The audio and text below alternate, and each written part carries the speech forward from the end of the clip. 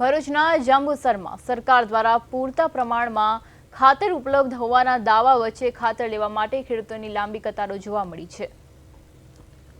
ખાતર મેળવવા માટે ખેડૂતો મોડી રાતથી જ વિતરણ કેન્દ્ર પર પહોંચી ગયા હતા અને વહેલી સવારથી જ કેન્દ્ર બહાર ભારે ભીડ જામી હતી। પોતાનો નંબર જળવાઈ રહે તે માટે ખેડૂતોએ વિતરણ કેન્દ્ર બહાર પોતાના ચપ્પલોની પણ લાઈનો લગાવી દીધી હતી। વિતરણ કેન્દ્ર પર આશરે 2000 ગુણી ખાતરનો સ્ટોક હોવા છતાં મોટી સંખ્યામાં ખેડૂતો એકત્રિત થઈ જતા સ્થિતિ વિકટ બની હતી। ખાતર વિતરક દ્વારા ખેડૂતોને શાંતિ જાળવવા અપીલ કરવાની સાથે સરકાર પાસે વધુ જથ્થો ફાળવવાની માંગ કરવામાં આવી છે। પૂરતા પ્રમાણમાં ખાતર ન મળવાના કારણે હાલ સ્થાનિક ખેડૂતોમાં ભારે રોષ અને અસંતોષની લાગણી છવાઈ ગઈ છે। ત્યારે ભરૂચના જંબુસરમાં ખાતર માટે ખેડૂતોની લાઈનો જોવા મળી છે। આપ સ્ક્રીન પર જોઈ શકો છો, આ તમામ ખેડૂતો ખાતર લેવા માટે પહોંચ્યા છે। ખાતર વિતરકે ખેડૂતોને શાંતિ જાળવવા ખાસ અપીલ કરી છે, કારણ કે મોટી ભીડ ત્યાં જામી ગઈ હતી અને સ્થિતિ વધુ વણસે નહીં તેના માટે પોલીસનો પણ ત્યાં ચુસ્ત બંદોબસ્ત હતો, જેથી કરીને શાંતિ જળવાઈ રહે। પરંતુ જે ખાતર હતો એનો સ્ટોક જે પૂરતો ન હતો, ત્યારે હવે સરકાર પાસે વધુ સ્ટોકની માંગ કરવામાં આવી છે। આજ સાથે આપણે સંવાદદાતા અસદ સૈયદ આપણી સાથે ફોન લાઈન પર જોડાઈ ગયા છે। અસદ, જેવી રીતે ભરૂચના જાંબુસરમાં ખાતર માટે ખેડૂતોની લાંબી લાઈનો લાગી હતી, કેવી સ્થિતિ હતી, શું છે સમગ્ર વિગત? જી, વાત કરીએ તો આજે જંબુસરમાં વહેલી સવારથી ખાતર લેવા માટે ખેડૂતોને મોટી સંખ્યામાં લાઈન જોવા મળી રહી હતી। 2000 ગુણ ખાતરનો સ્ટોક હોવા છતાં પણ મોટી સંખ્યામાં ખેડૂતો ખાતર લેવા પહોંચતા સ્થિતિ કઈ વિકટ બની હતી, જેને લઈને ખાતર વિતરક દ્વારા ખેડૂતોને શાંતિ જાળવવા માટે અપીલ કરવામાં હતી।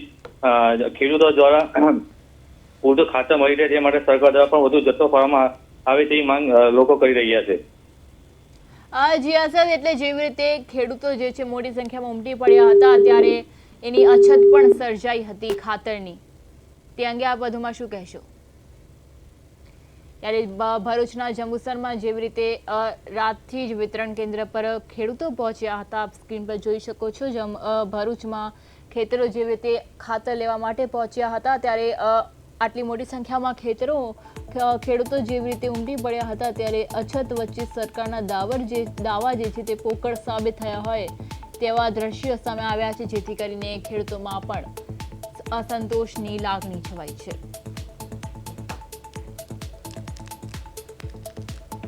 અત્યારે તમે અહીંયા જોઈ શકો છો, ઓછામાં ઓછા 800 થી 1000 ખેડૂતો ખાતર લેવા માટે આવ્યા છે।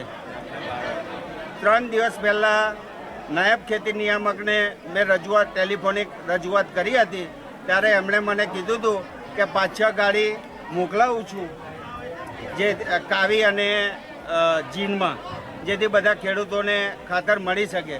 પરંતુ આ સરકારને ખબર જ નથી પડતી કે જંબુસર તાલુકાની અંદર કેટલી જમીનમાં કપાસ વાવેલો છે। એમની પાસે તલાટી છે, ગ્રામસેવક છે, જેના આંકડાઓ મંગાવે તો એમને ખબર પડી જાય કે જંબુસર તાલુકાની અંદર 80,000 થી 1 લાખ એકરની અંદર કપાસ છે, અને 1 એકરની અંદર કમસે કમ આખી સિઝન દરમિયાન 3 થી 4 ગુણ જોઈએ, એટલે જંબુસર તાલુકાને 3 થી 4 લાખ ગુણની યુરિયાની જરૂરિયાત પડે। પરંતુ આ લોકો કેટલાક હથકંડા એવા કરે છે કે યુરિયાની જોડે કંઈક બીજું આપે છે, એટલે કેટલીક મંડળીઓ મંગાવતી નથી, અને એને કારણે નજીકમાં મળતું ખાતર લેવા માટે જંબુસર સુધી આ નાના ખેડૂતોને ધક્કા